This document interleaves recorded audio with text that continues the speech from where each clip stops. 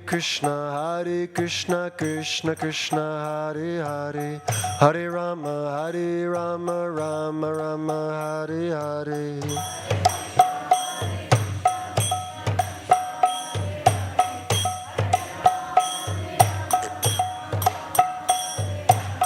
Hare Krishna, Krishna Krishna, Hare Hare, Hare Rama, Rama Rama, Hare Hare.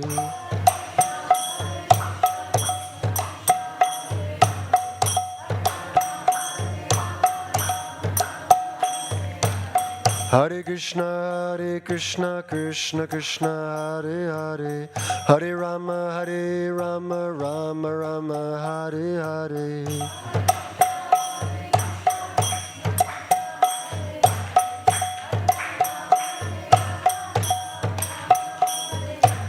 Hare Krishna, Krishna Krishna, Hare Hare, Hare Rama, Rama Rama, Hare Hare.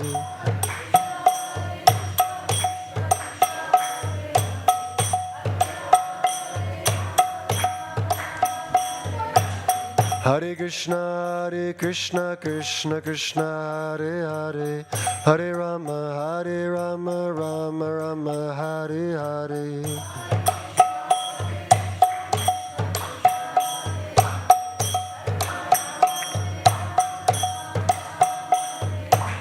Hare Krishna, Krishna Krishna, Hare Hare, Hare Rama, Rama Rama, Hare Hare. A little louder. I can't hear you. Great. Hare Krishna, Krishna Krishna, Hare Hare, Hare Rama, Rama Rama, Hare Hare.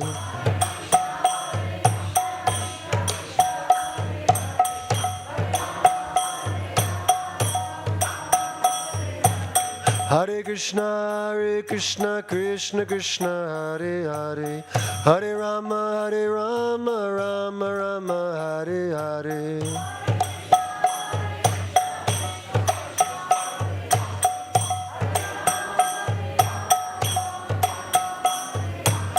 Hare Krishna, Krishna Krishna, Hare Hare, Hare Rama, Rama Rama, Hare Hare.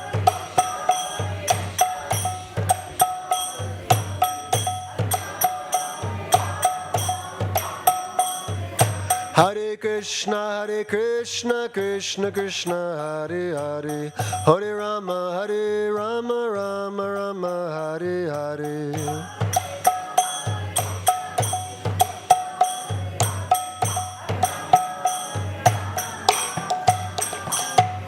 Hare Krishna, Krishna Krishna, Hare Hare, Hare Rama, Rama Rama, Hare Hare.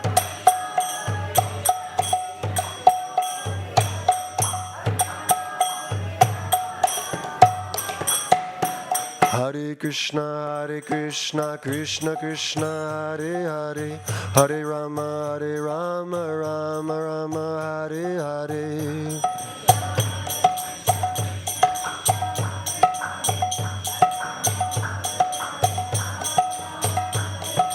Hare Krishna, Krishna Krishna, Hare Hare, Hare Rama, Rama Rama, Hare Hare.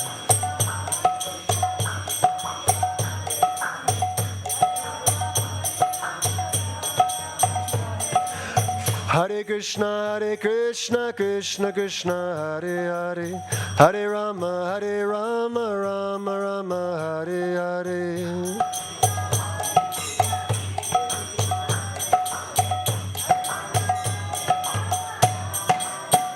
Hare Krishna, Krishna Krishna, Hare Hare, Hare Rama, Rama Rama, Hare Hare.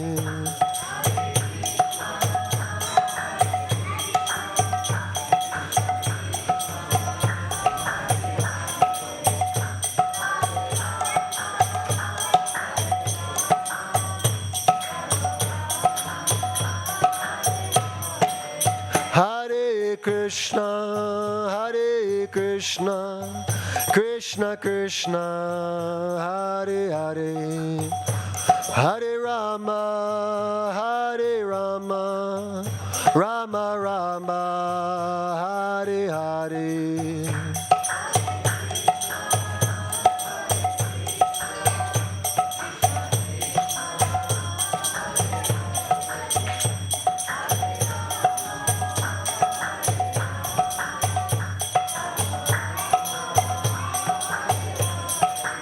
Hare Krishna, Hare Krishna, Krishna Krishna, Hare Hare, Hare Rama, Hare Rama, Rama Rama, Hare Hare.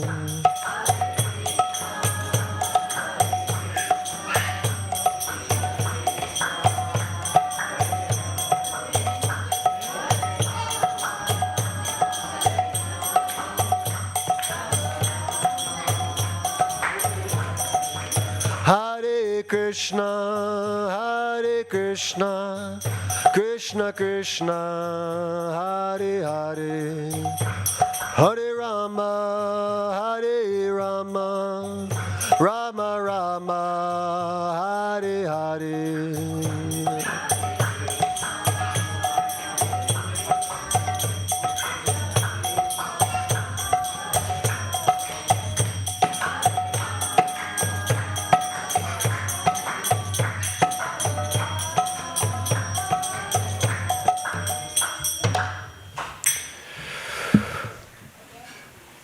Thank you very much, everybody.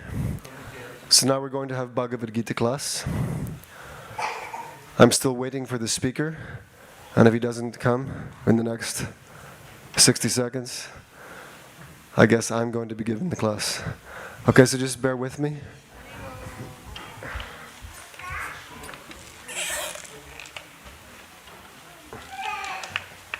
Thanks, buddy.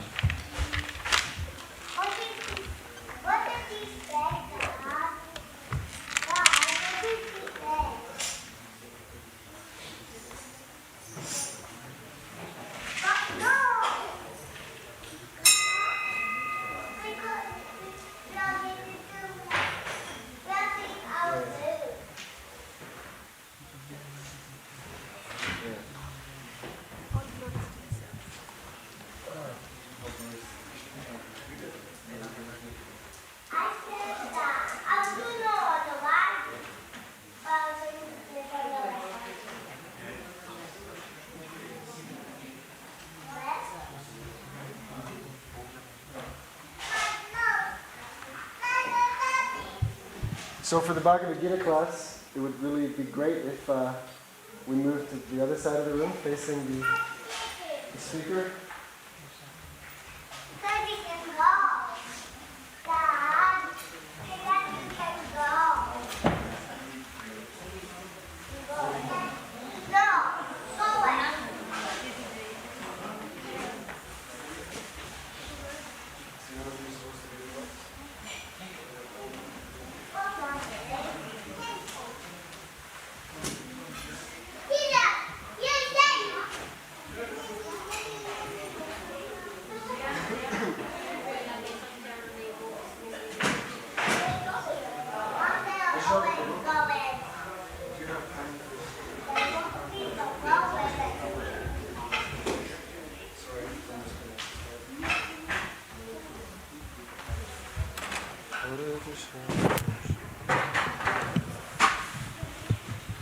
Come here.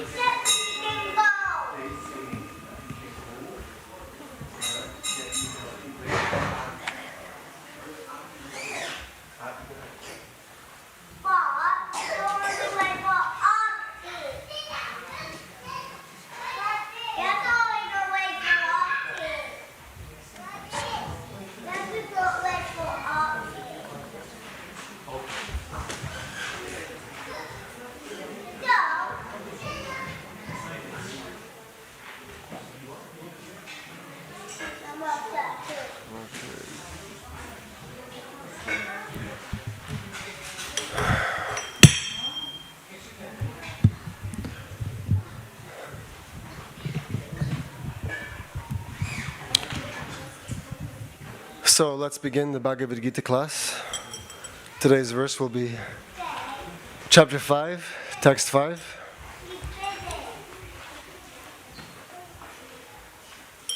First, we're going to sing one song called Jai Radha Madhava, written by Srila Bhaktivedanta Thakur. Thank you. Jaya Radha Madhava Kunja Bihari Radha Madhava Kunja Bihari Jaya Radha Madhava Kunja Bihari Jaya Radha Madhava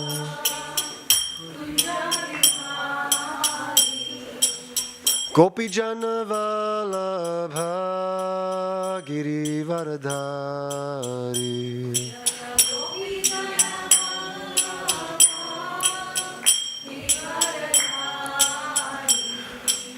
Gopi Jana Vallabha Giri Varadhari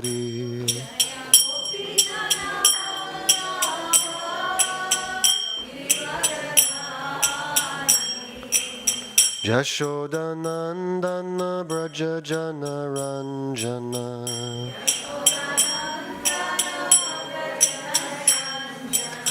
Yashoda Nandana Braja Jana Ranjana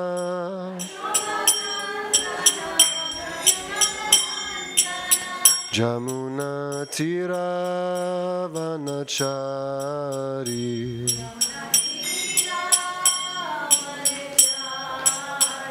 Jamuna Tira Vanachari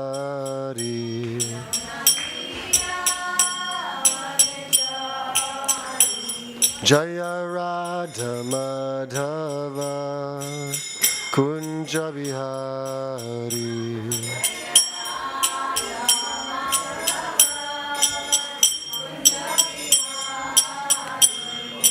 Gopi Jana Vallabha Giri Varadhari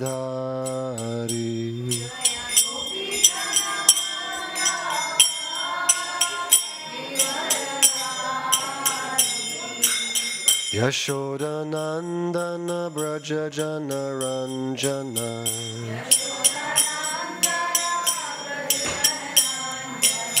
Yashoda Nandana Braja Jana Ranjana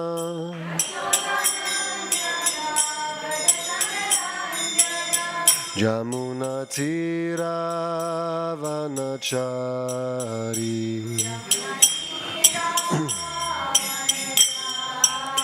Jamuna Tira Vanachari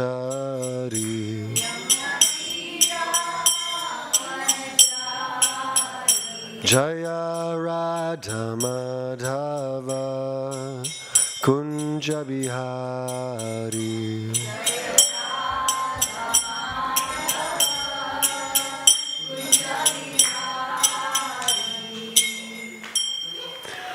Jai Om Vishnupad Paramahamsa Parivrajikacharya Ashtotara Satashi Shrimad His Divine Grace Srila Abhay Charan Aravinda Bhaktivedanta Swami Srila Prabhupada Ki Jai Jai Om Vishnupad Paramahamsa Parivrajikacharya Ashtotara Satashi Shrimad His Divine Grace Srila Bhaktisiddhanta Sarasvati Goswami Maharaj Prabhupada Ki Anantakoti Vaishnava Vrinda Ki Namacharya Srila Haridas Thakur Ki Prem Seko Shri Krishna Chaitanya Prabhu Nityananda Shri Advaita Gadadhar Shri Vasari Gaura Bhakta Vrinda Ki Shri Shri Radha Krishna Gopagopinath Shamakund Radhakund Giri Govardhan Ki Shri Vrindavan Dham Ki Shri Navadvip Dham Ki Ganga Mai Ki Yamuna Mai Ki Bhakti Devi Ki Tulasi Devi Ki Samaveta Bhakta Vrinda Ki Janitai Gaura Premanandi All glories to the assembled devotees. All glories to the assembled devotees. All glories to the assembled devotees. All glories unto the lotus feet of Sri Sri Guru Gauranga. All glories to Srila Prabhupada.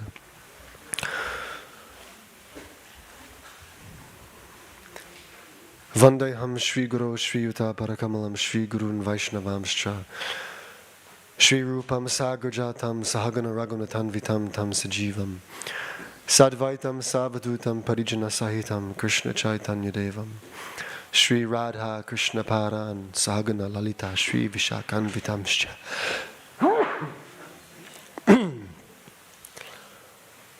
Mukam Karoti Vachalam Pangam Langayate Girim Yat Kripata Maham Vande Shri Gurum Dinataranam Nama Om Vishnu Paraya Krishna Prishta Bhutale Srimate Bhaktivedanta Swaminiti Namine Namaste Saraswati Devi Gauravani Pracharani Nirvishesha Shunyavadi Pashtatresha Tarine Jai Shri Krishna Chaitanya Prabhu Nityananda Shri Advaita Gadadhara Shri Vasari Gaur Bhaktivinoda Hare Krishna Krishna Krishna Hare Hare Hare Rama Rama Rama Hare Hare. So today's verse is 5:5. Forgive me, I have not prepared because I was not expecting to be giving class. But no worry, because we have the purport of His Divine Grace, A.C. Bhaktivedanta Swami Prabhupada, and nothing more is required from us than to hear it and to try and share some of our own realization and to consider it from different angles of vision.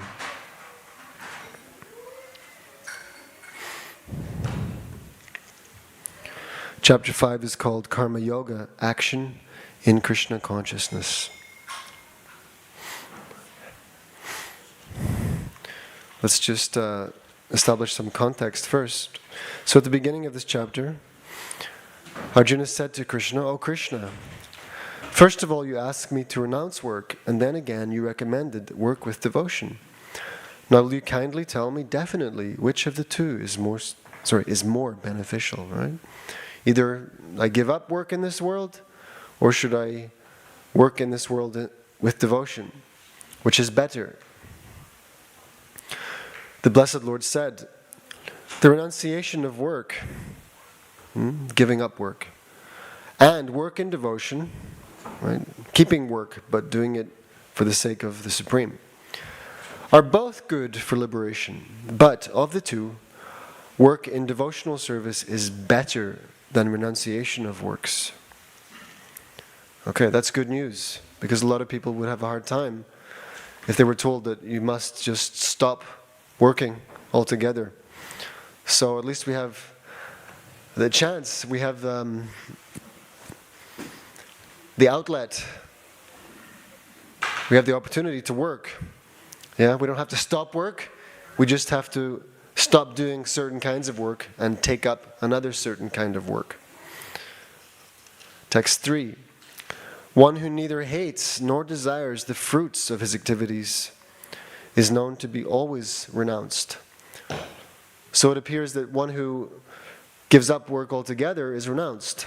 Well, Krishna says that you don't have to give up work. You don't have to give up work altogether. Yes, you can continue performing work in this world, but if you don't hate the results of your work, nor desire to take the fruits of your work, then you're also renounced. It's not the fact that you're working or not working. What matters is that you're not trying to claim the results of the work for yourself. Such a person, liberated from all dualities, easily overcomes material bondage and is completely liberated, Almighty Armed Arjuna. Right, so one is working as a matter of duty, not striving for some result to enjoy oneself. Rather, one knows that the work that I'm performing has been entrusted to me by the Lord, and I'm simply carrying that function out for His pleasure. And whatever the result, that's nothing to do with me, and neither is it for me to enjoy. Just like a teller at the bank may count so much cash, but that teller does not identify with the cash as being one's own. I'm counting all this money, yeah, and I'm getting very excited, all right? No, he's not getting very excited because it's not his money. It's just my job to count it. Right? So in the same way, we can work in this world performing our duties for the satisfaction of the Supreme without getting disturbed or excited by the bad and the good results of our work. Yeah? We have no vested interest personally in the result. We want the result for Krishna. We'd like a nice result to offer to him. But we're not planning or plotting how I will, get on that jet and arrive in my 5-star hotel in the Caribbean and sit in my jacuzzi. We're not plotting, not thinking like that. How I will enjoy the results of my hard work. This is work in devotion, karma yoga.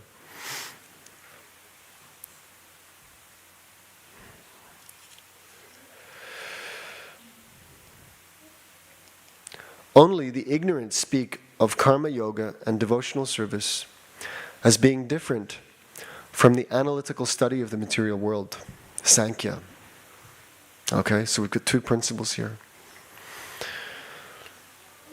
Working in devotional service and analytical study. They appear to be different. One seems to be working with the body, the senses, striving for some result, and the other seems to be retiring or retreating from that and analyzing the world, picking it apart and breaking it down and saying, ultimately, just like I had a Buddhist friend at university, and I remember one tutorial we all had to come in and present something from our own tradition. So he brought in this flower, a very beautiful flower, and then he kind of demonstrated that actually this flower was not what it appeared to be by slowly pulling it apart. Yeah, the petals, the whorl, the stem. He just tore the thing apart so that it was in bits. No more flower. Yeah, no more beautiful, colorful, fragrant flower. Because it was able to be pulled apart. It was made of constituent parts. And therefore, ultimately, he was trying to show that it wasn't substantial, wasn't everlasting, wasn't real, permanently. Yeah? So this is a kind of Sankhya. We are analyzing this world to expose the fact that it is not what it appears to be, which means that it's not permanent. It's temporary. Everything here is temporary. So Sankhya means to study it, to look at it, and to see it for what it is, and not to get involved there, as a result.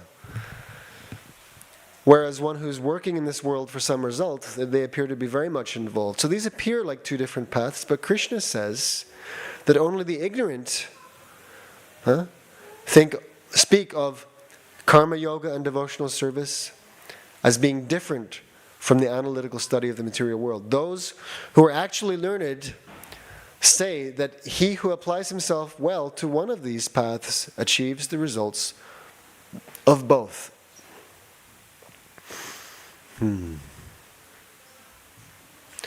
So whether you work in devotion or you dedicate yourself to the analysis of this world,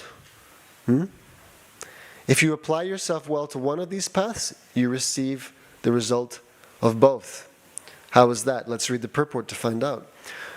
Srila Prabhupada's purport says, the aim of the analytical study of the material world is to find the source of existence. The soul of existence, sorry. Yes, and he is the source as well. So that's why you would study. You're looking at something, right, the world, with the aim to understand what is the source, what is the soul, where does it begin. The soul of the material world is Vishnu, or the supersoul. Devotional service to the Lord entails service to the supersoul. Right, the supersoul is everywhere. But with his material eyes, we cannot see him. But he is the source. So one process is to find the root of the tree. And next, to water the root. The real student of Sankhya philosophy finds the root of the material world, Vishnu, and then, in perfect knowledge, engages himself in the service of the Lord. Therefore, in essence, there is no difference between the two because the aim of both is Vishnu. Those who do not know the ultimate end say that the purposes of Sankhya and Karma Yoga are not the same. But one who is learned knows the unifying aim in these different processes, right?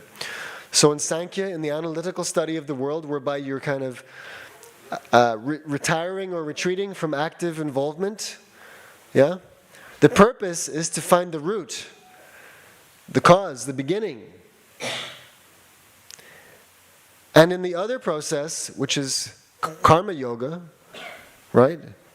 Devotional service, the purpose is to act for the root. Okay?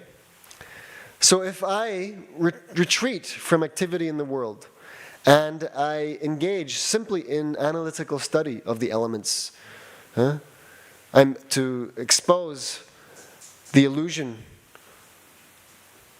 of this world. My purpose is to discover the real root. The real root is the supersoul. Okay, and let's say I discover the root. I find the supersoul, Vishnu, Krishna.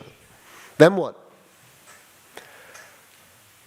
Srila Prabhupada says here, find the root of the tree and next, water the root. Yeah? So we can find the root. Great. What happens? What's next? What is there for me to do now? Because I can't do nothing. I'm a sentient being. I can't just sit and do nothing. I'll become agitated or very bored. I have to be busy. I have to be active. I need some action. So I can either act materially or I can act spiritually. Once I've found the root, once I understand where everything begins, then I can change my action. I can now perform actions for the sake of the root. I can pour water on the root. Previously, I'm trying to get I'm a little branch or little twig of the tree, or a little leaf.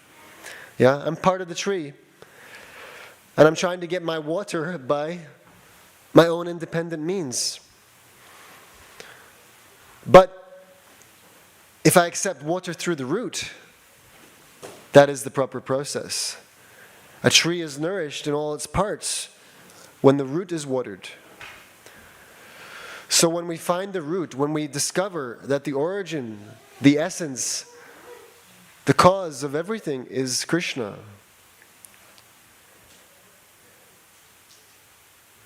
then if I act for Krishna, I'm actually acting for my own self-interest. That is my real self-interest. So Sankhya means to find the cause, the beginning. Once I've found the beginning, I should perform appropriate activities, spiritual activities, activities for the sake of the beginning. And in Karma Yoga, devotional service, that's already what I'm doing. I'm performing activities dedicated to the Supreme. So how are they different? One who applies himself well to one of these paths achieves the results of both. Because the result of both is the satisfaction of the root, Vishnu.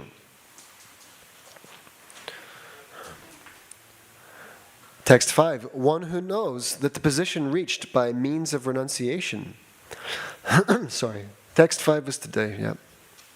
Text 4 was skipped yesterday, so that's why I read it. Text 5, let's chant together. You can see on the screens, yeah? Okay. So, line by line.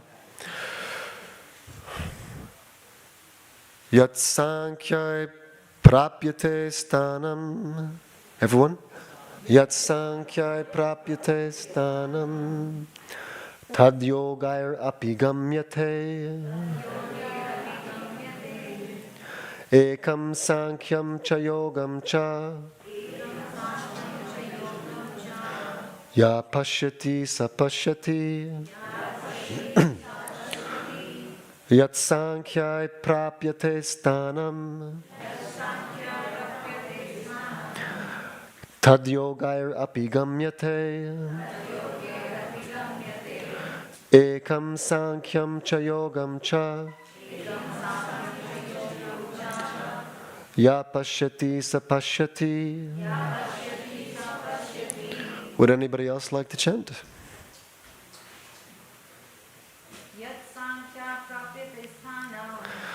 Yat sankhya prapyate sthanam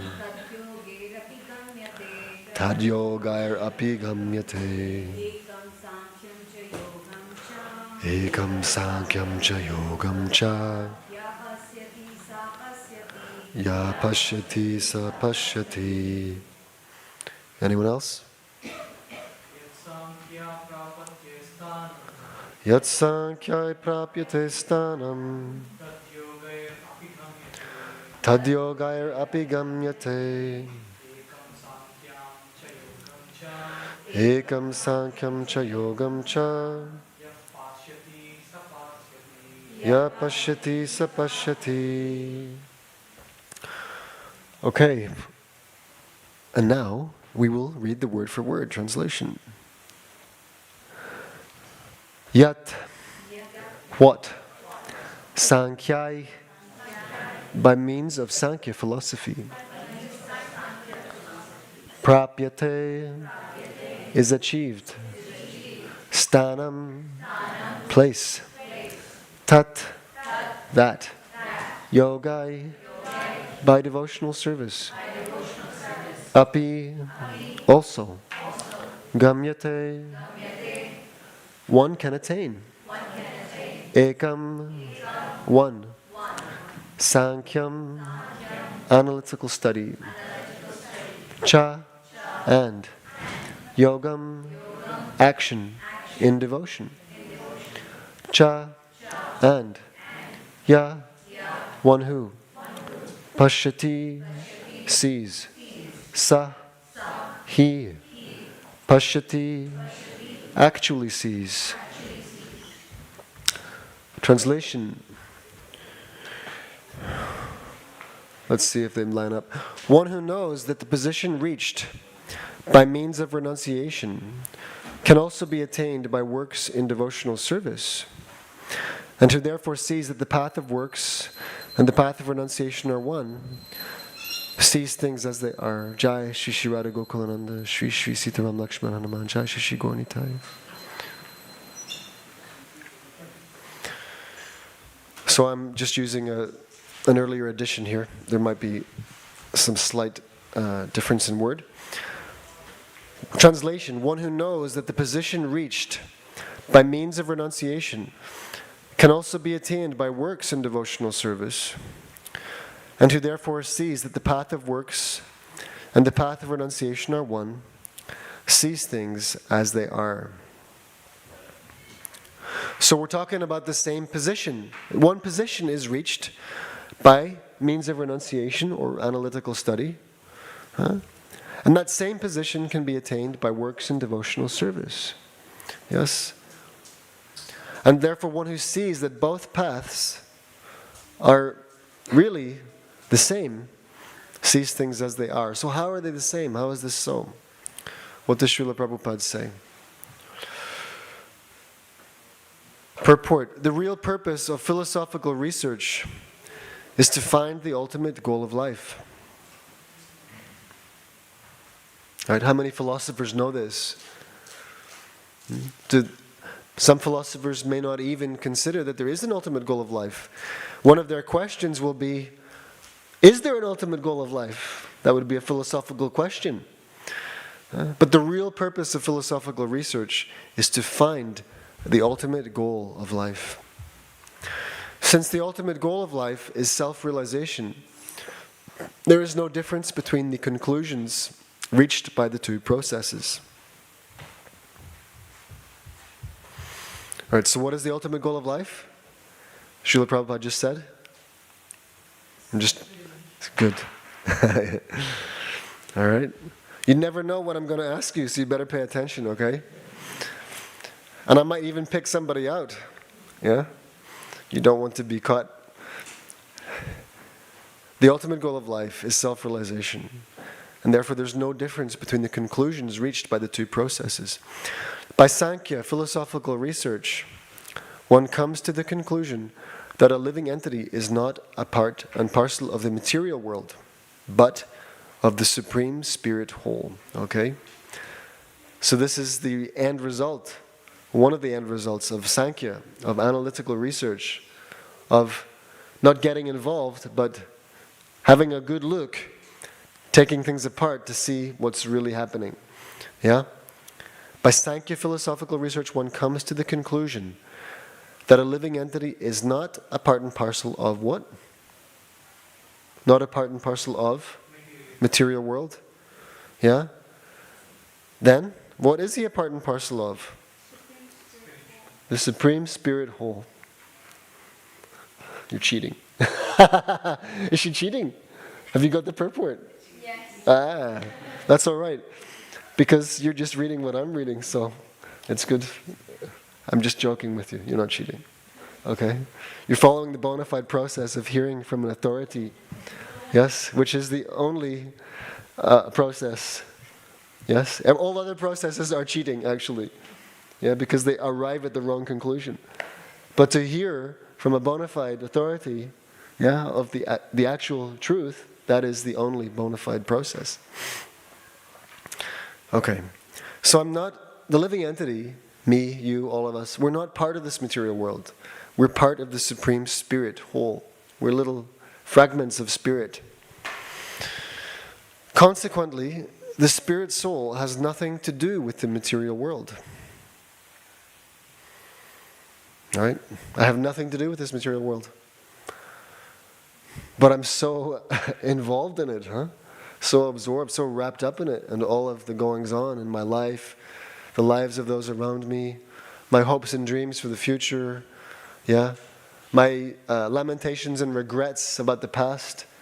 I'm so strongly identifying with all of that.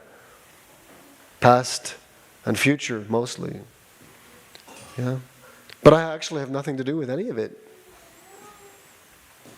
Because I'm not material, and I'm not a part of this material world. I belong somewhere else. The spirit soul has nothing to do with the material world. His actions must be in some relation with the Supreme. Yes.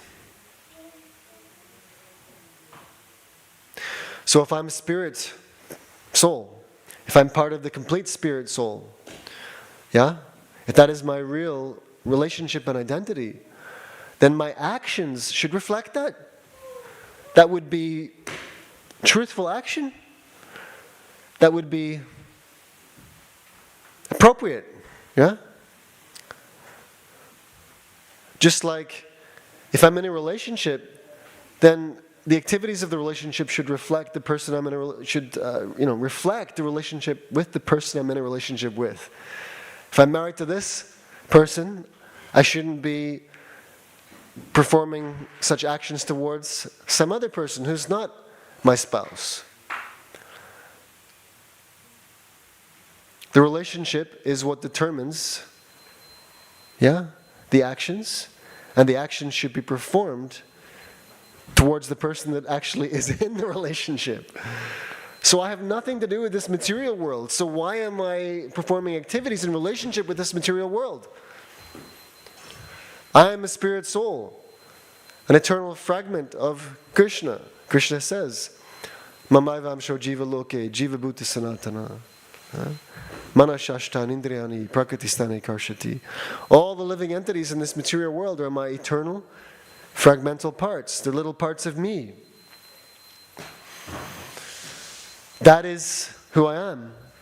Therefore, what I do should reflect that relationship. Those are chaste activities, loyal activities. I belong to this relationship. So why am I behaving in another kind of relationship that is false? When he acts in Krishna consciousness, he is actually in his constitutional position. So my constitutional position is Jivara Svarupahoy Krishnera Nityadas. Tatasta Shakti, Beda Bed Prakash. I am Krishna, Nityadas, eternal servant of Krishna. I am Tatasta Shakti, Krishna's marginal energy. Which means that as a tiny fragment of spirit, I have the tendency to either associate with the spiritual energy or the material energy, just like the little grains of sand at the beach. Some of the grains of sand are right by the water's edge. And if they're too close to the water, they get swept in and out by the water.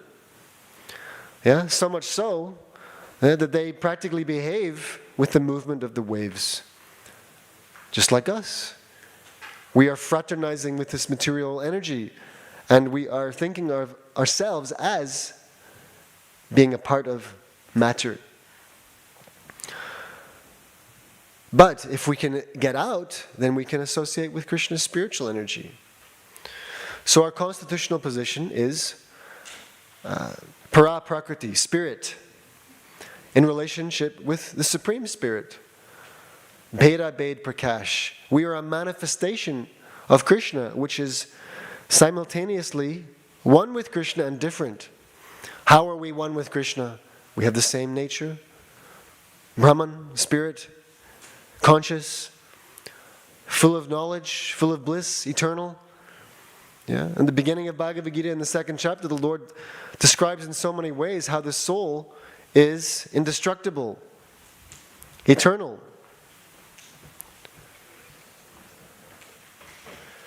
So we're one with Krishna in quality, but we are different at the same time because we don't have the same magnitude as Krishna. We are very finite, very tiny. Just like a little nugget of gold that you take from the gold mine. It's a nugget. It's not the whole stock of gold. But it has the same qualities as all the gold in the mine. So we are one with God in quality, but different from God in quantity. Beda Bed Prakash. Yeah. We're His energy. We're chips off the old block, little sparks of the fire. Yes. That is our constitutional position. Constitution means how you're made, how you're built. You can't change it. It's what you are. So my constitutional position is as a tiny fragmental part of the Supreme Spirit, Lord Sri Krishna. And as a tiny fragmental part, I have an eternal relationship with the whole. That relationship is eternal. It can never be taken away. It is a natural relationship. I simply have to act in that relationship. Then all of my activities are spiritual. So when he acts in Krishna consciousness, he is actually in his constitutional position. Krishna consciousness means I'm acting according to how I'm made, how I'm built. In the first process of Sankhya, one has to become detached from matter. And in the devotional yoga process, one has to attach himself to the work of Krishna. So this is very interesting. To be detached from matter does not automatically equal attachment to spirit. Right? Just like if it's really, really okay, let's make it relevant to this country. It's very wet outside, yeah, and I'm disturbed by the rain. I have no umbrella, I have no waterproof coat, no hat, okay, and then I find some shelter, a roof over my head. I come in. There's a nice fire, yeah. I take my coat off, I hang everything up, I dry off, right? I sit down. I'm no longer disturbed by the by the rain. Okay? I sit in the warmth. and the dry. Very good. How long can I remain just sitting there in the warm and dry?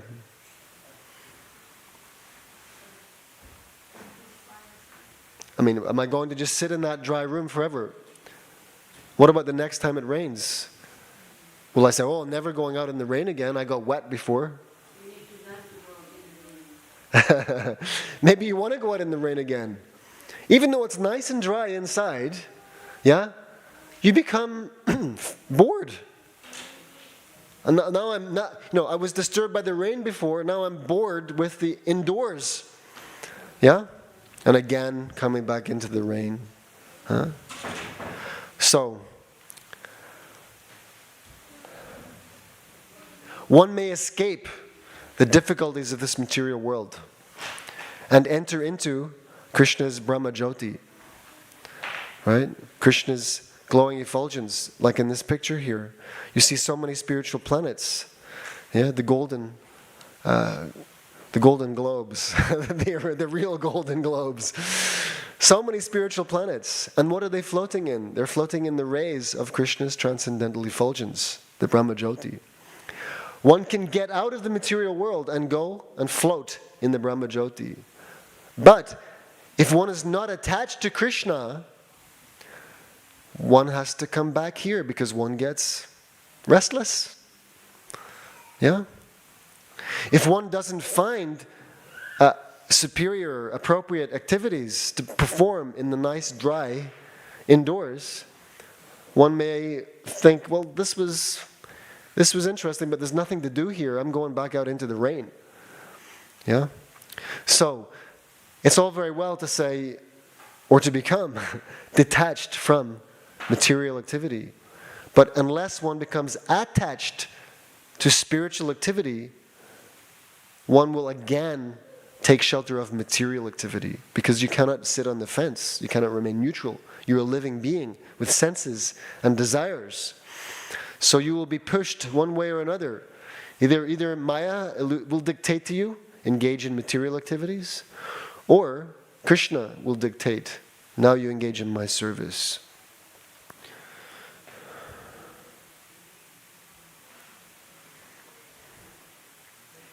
So in the first process of Sankhya, one has to become detached from matter. And in the devotional yoga process, one has to attach himself to the work of Krishna.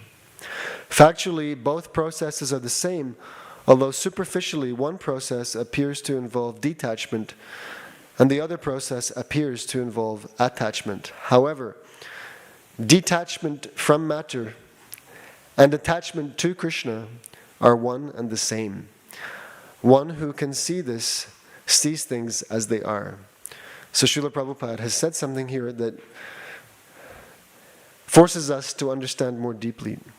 He says detachment from matter and attachment to Krishna are one and the same. How is that? I just said that detachment from matter is not the same as attachment to Krishna. I contradicted our spiritual master, didn't I? Yes? I contradicted him. I said detachment from matter is not as good as attachment to Krishna. So Srila Prabhupada says, actually they're one and the same. How is that? Because real detachment, factual detachment, is attachment to Krishna. It's not possible to be detached unless one is attached to Krishna. Right? The same example. If you don't take shelter in spirit, you'll be forced to take shelter in matter. So you're not actually detached. It's apparent detachment, seeming detachment. So there's a lovely verse in the Bhagavatam, if I can remember how it begins.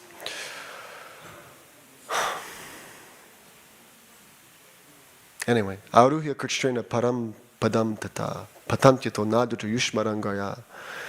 That those whose intelligence is stolen by illusion, those who are avishuddha buddhi,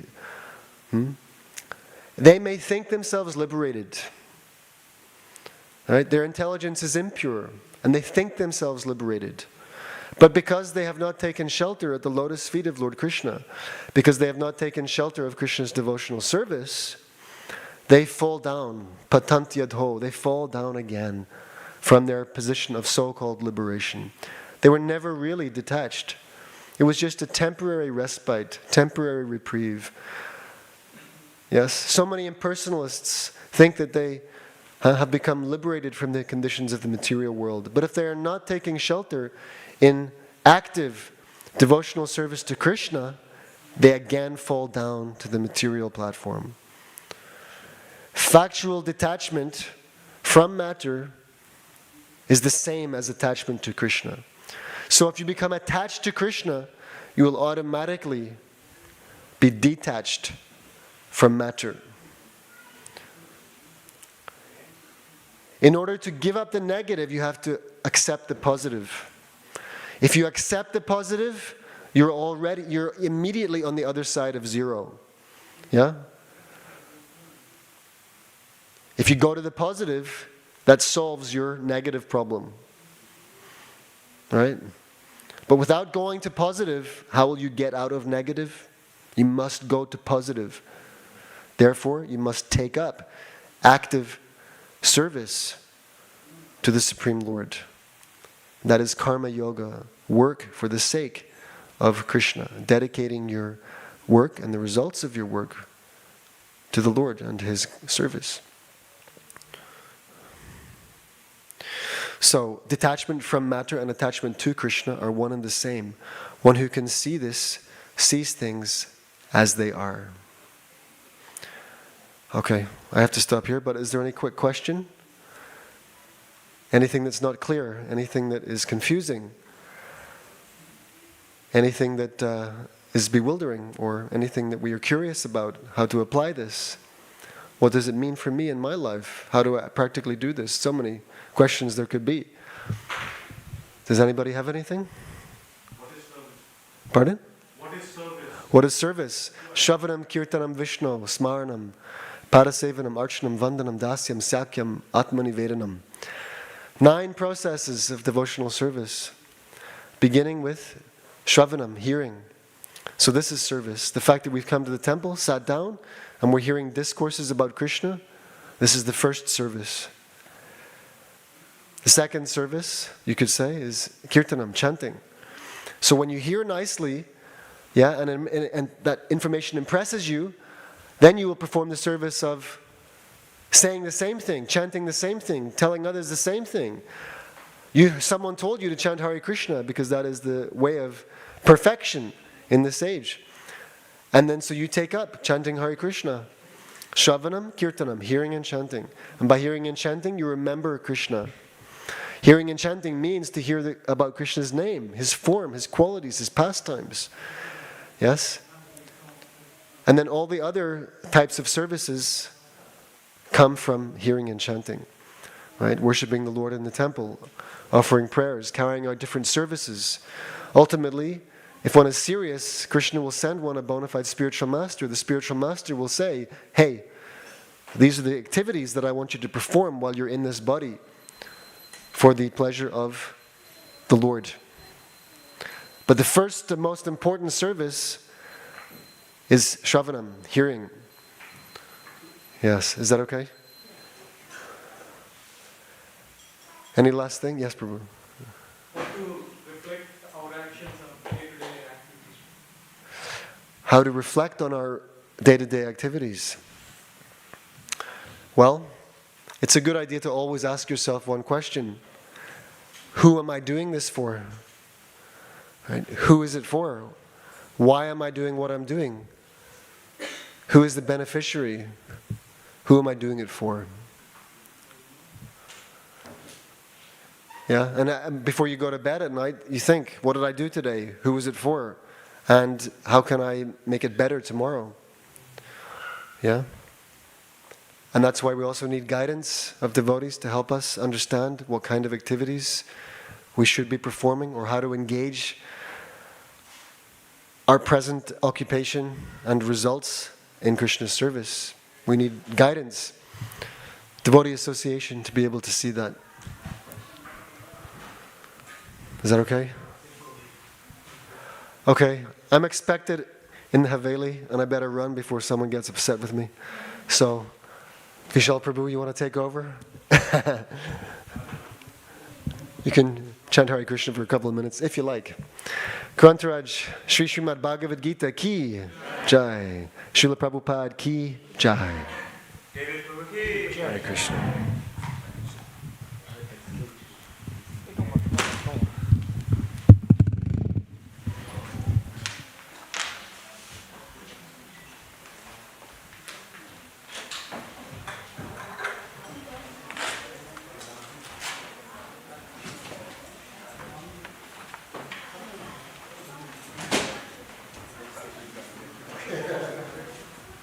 Sunday program, funeral.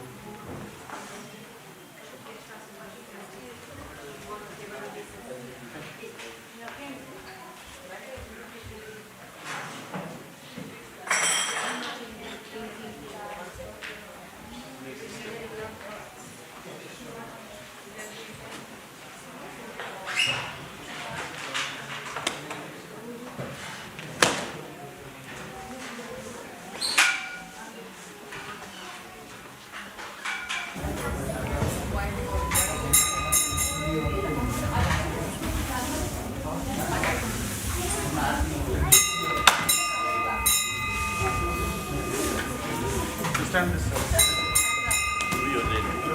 I just here because I just happen to be here. So you have to be, yeah.